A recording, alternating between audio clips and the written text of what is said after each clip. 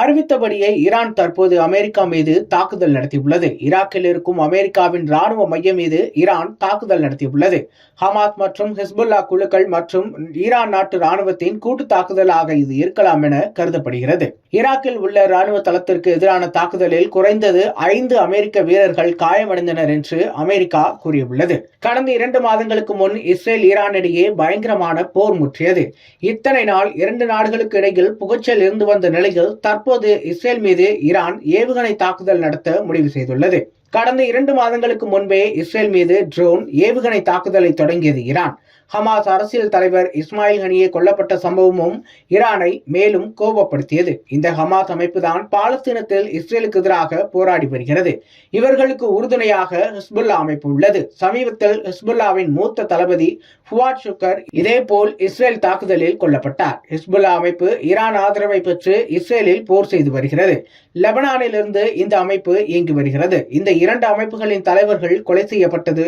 சிரியாவில் தங்களுடைய தூதரகம் மீது இஸ்ரேல் நடத்திய தாக்குதல், இஸ்ரேல் பாலஸ்தீன போரின் ஒரு பகுதியாக காசாவில் உள்ள மருத்துவமனை மீது ராக்கெட் தாக்குதல், ஈரான் அதிபர் இப்ராஹிம் ரைசி பயணித்த ஹெலிகாப்டர் விபத்து, பாலஸ்தீன போர் தொடங்கி பல விஷயங்கள் இந்த மோதலுக்கு காரணமாக பார்க்கப்படுகிறது.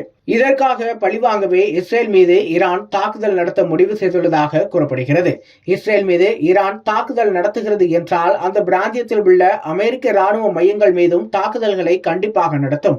அதன்படி அறிவித்தபடியே ஈரான் தற்போது அமெரிக்கா மீது தாக்குதல் நடத்தியுள்ளது. ஈராக்கில் இருக்கும் அமெரிக்க ராணுவ மையம் மீது ஈரான் தாக்குதல் நடத்தியுள்ளது.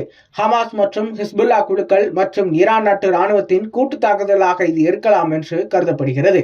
கடந்த சில தினங்களுக்கு முன் டெஹ்ரானில் ஹமாஸ் தலைவர் இஸ்மாயில் ஹனியே படுகொலை செய்யப்பட்டதற்கு தாங்கள்தான் காரணம் என்று அமெரிக்கா ஒப்புக்கொண்டது. இதையெல்லாம் மனதில் வைத்தே தற்போது ஈராக்கில் இருக்கும் அமெரிக்காவின் ராணுவ மையம் மீது ஈரான் தாக்குதல் நடத்தியுள்ளது. ஈராக்கில் உள்ள ராணுவ தளத்திற்கு எதிரான தாக்குதலில் குறைந்தது 5 அமெரிக்க வீரர்கள் காயமடைந்தனர் என்று அமெரிக்கா தெரிவித்துள்ளது. இதையடுத்து நேற்று அவசரமாக அதிபர் பைடன் வெள்ளை மாளிகையில் கமலா ஹாரிஸுடன் ஆலோசனை செய்தார். உலகப் போர் பற்றிய கவலைகள் அதிகரித்துள்ள நிலையில் அமெரிக்க ஜனாதிபதி ஜோ பைடன் நேற்று வெள்ளை மாளிகையில் தேசிய பாதுகாப்பு குழுவை சந்தித்தார். அங்கே அவசரமாக ஆலோசனைகளையும் மேற்கொண்டார். ஈரான் இஸ்ரேல் மீதோ அமெரிக்க ராணுவ மையங்கள் மீதோ போர் தொடுத்தால் அது கண்டிப்பாக உலக போராக மாறும். இதனால் என்ன செய்யலாம்? போர் வரும் முன் முன்கூட்டியே தாக்குதல் நடத்தலாமா அல்லது ஈரான் தாக்கிய பின் பதில் தாக்குதல் கொடுக்கலாமா என்று ஆலோசனைகள் செய்யப்பட்டதாக கூறப்படுகிறது.